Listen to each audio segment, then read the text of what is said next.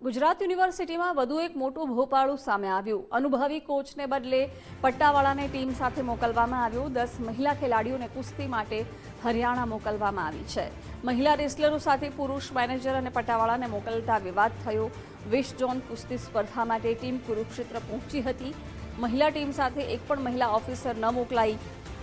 રમત દરમિયાન ટેકનિકલ મુદ્દે સુરક્ષા સામે સવાલો ઉઠ્યા. કોંગ્રેસ નેતાએ વીસી અને રજિસ્ટ્રારને લેખિત ફરિયાદ કરી છે.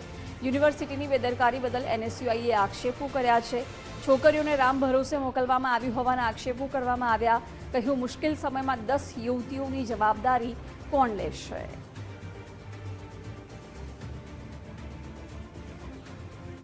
જોડે મેનેજર તરીકે એક પટ્ટાવાળાને એ પણ હંગામી ધોરણે કામ કરતા પટ્ટાવાળાને મોકલવામાં આવ્યું છે. તો એક તો એ મહિલા ટીમ જ્યારે જાય છે તો મહિલા ટીમ સાથે સુરક્ષા શું, એક મહિલા હોવી કમ્પલસરી છે. જો મહિલા સાથે હોય તો મહિલાની પ્રોબ્લેમને સમજી શકે છે.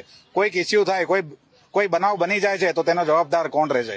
તો અમે આજ રોજ કુલપતિશ્રી, રજિસ્ટ્રારશ્રી અને શારીરિક શિક્ષણ વિભાગના ઇન્ચાર્જને તાત્કાલિક ધોરણે લેખિતમાં આવેદનપત્ર આપ્યું છે અને જવાબદાર અધિકારીઓ સામે પગલાં લેવાનું જણાવવામાં આવ્યું છે.